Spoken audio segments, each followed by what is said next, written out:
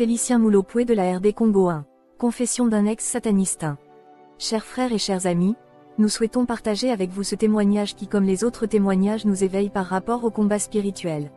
C'est l'histoire du jeune Félicien Moulopoué qui, à l'âge de 13 ans, se lance volontairement dans la sorcellerie après avoir assisté aux démonstrations d'un magicien dans leur collège. Il a grimpé les échelons dans le camp de Satan et a commis des dégâts terribles jusqu'à ce qu'il accepte la main tendue de Dieu et donne sa vie à Jésus-Christ. Ce témoignage nous ouvre davantage les yeux sur les œuvres du monde des ténèbres en général, et sur le monde sous-marin en particulier. C'est très clair et nous met en garde contre le risque de vivre sans Jésus-Christ comme Seigneur et Maître, et aussi contre le danger d'être un chrétien né de nouveau sans vivre véritablement une vie de sanctification. Initiation à la magie rouge. Un jour, un magicien est venu faire des démonstrations magiques dans notre collège, comme on le faisait autrefois. Après ces expositions magiques, je l'ai approché pour le consulter car je souhaitais devenir un homme puissant et célèbre dans ma ville et dans mon école. Ce dernier m'a donné les adresses de grands maîtres d'Europe pour que je puisse entrer en contact avec eux, puis il m'a fait des incisions sur le corps pour que je devienne puissant. Après cela, j'ai écrit à une de ces adresses, à un grand maître résident en France. Je lui ai dit que je voulais devenir célèbre dans ma ville et puissante dans mon école, et aussi attirer les filles de ma génération. Quelques jours plus tard, ce maître répondit à ma lettre. Il m'a conseillé de brûler les billets de banque en francs et mon bon de commande et de les jeter dans les toilettes. En fait, j'avais commandé une chaîne magique de pouvoir. Après avoir fait ce qui m'a été demandé, la réponse n'a pas tardé à revenir par le même moyen postal, par les toilettes. La réponse à ce maître mystique me recommandait d'aller nu au cimetière la nuit. Avant de partir pour le cimetière local de Montgancy, je devais réciter à minuit des prières magiques pour disperser les passants sur mon chemin, et aussi pour que ni mes parents ni ma famille ne le sachent. Animé d'un courage satanique, je me rendis au cimetière ce soir-là. Les instructions de mon maître stipulaient que je devais garder tout cela secret, et mon départ au cimetière était obligatoire.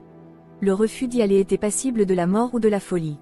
Je devais rester calme et ne pas paniquer ni crier si je voyais quelque chose d'étrange. Après avoir fait mes prières magiques, j'ai ouvert les yeux. Ce que j'ai vu m'a fait peur, mais je devais rester calme et ne pas paniquer.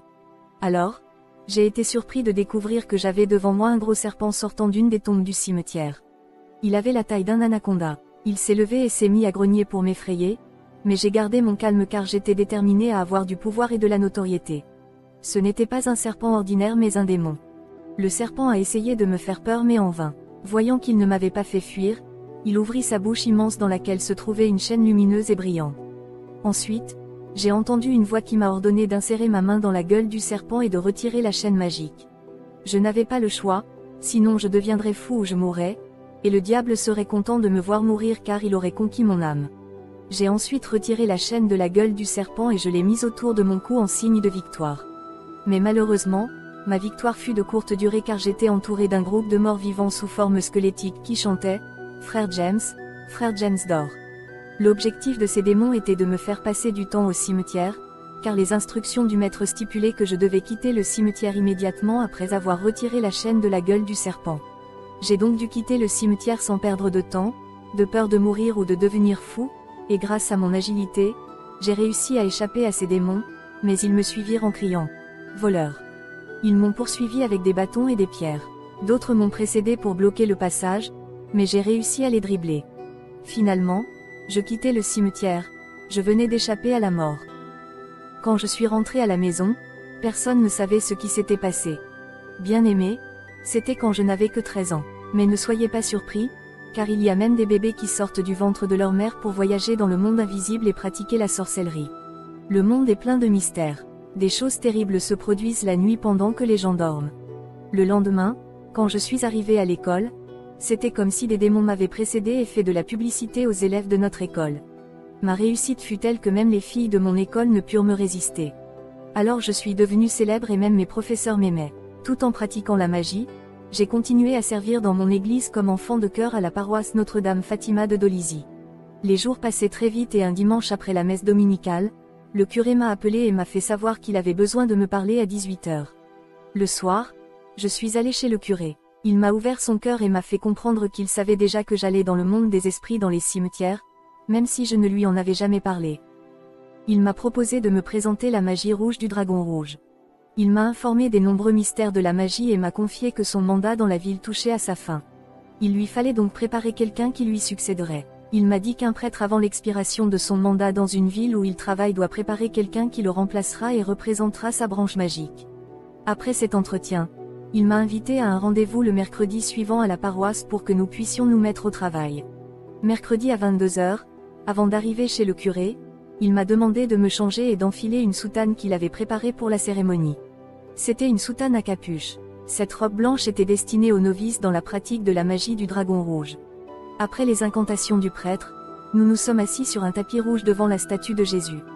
Puis le prêtre m'a demandé de fermer les yeux et de me concentrer. Pendant ce temps, il récitait des formules magiques.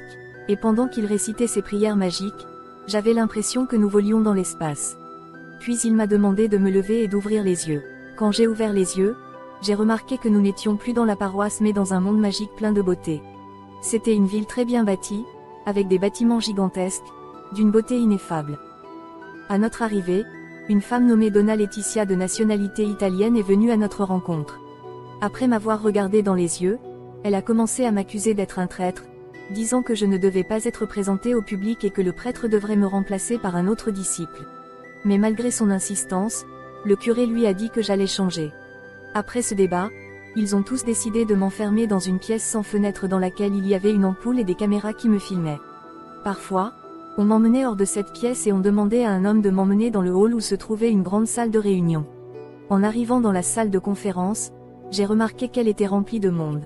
Il y avait des gens qui étaient encore en vie et d'autres qui étaient déjà morts il y a plusieurs années. Il y avait de grands commerçants de la ville de Pointe-Noire, il y avait des autorités militaires et civiles de notre pays, et des religieux aussi. J'ai vu des gens que nous étudions en histoire qui étaient morts il y a plusieurs années.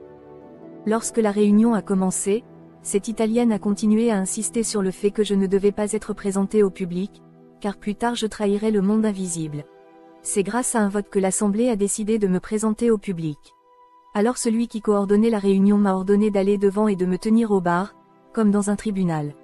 Un nouveau nom m'a été donné pour signifier que j'étais devenu le serviteur de Satan à plein temps. Le président de la réunion était un évêque bien connu de la République du Congo. Ce dernier énumérait 10 lois que je devais observer, la moindre désobéissance à ces lois entraînerait une punition sévère. Comme lors de toutes les réunions d'intronisation, tout le public était convié à la salle des banquets du même bâtiment, où les convives étaient censés goûter la viande et le sang humain, et danser au rythme de la rumba congolaise chantée par le musicien Franco qui était encore en vie à cette époque. Finalement, l'évêque s'est approché de moi et m'a donné un livre contenant plusieurs prières magiques destinées à invoquer des esprits démoniaques et d'autres démons puissants comme la reine Farida. Il m'a conseillé de garder secret ce que je voyais et entendais dans le monde invisible, de peur de devenir fou ou de mourir. C'est ainsi que ma carrière dans la magie rouge a commencé. Je me souviens qu'après un certain temps, à la veille de la nouvelle année scolaire, mon père m'a emmené au marché pour faire quelques courses afin de préparer mon année scolaire. Alors que nous étions à quelques mètres du marché, j'entendis une voix en moi me rappelant que je devais m'abstenir d'aller au marché, comme le prescrivaient les 10 lois qui régissaient ma vie mystique, de peur d'être puni, c'était une des 10 lois que je devais observer. Mon père ne comprenait pas pourquoi j'évitais le marché. Je lui ai menti en lui disant que maman m'avait déjà acheté tous mes besoins scolaires, ce qui n'était pas le cas. Alors papa m'a donné l'argent pour acheter la tenue scolaire. J'ai pris cet argent et je l'ai dépensé pour d'autres choses, sachant que je consulterais la reine Farida pour qu'elle me donne ce dont j'avais besoin.